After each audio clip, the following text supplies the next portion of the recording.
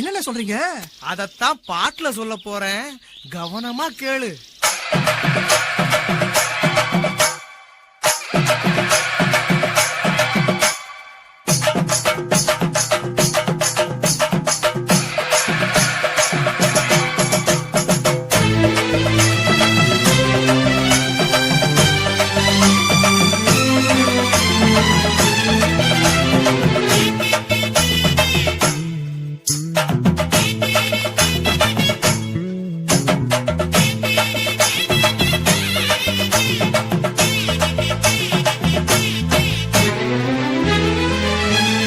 இயற்கை என்னை கொடுத்த சுகம் கொஞ்ச காலம்தான், இன்னும் கொஞ்ச காலம்தான்.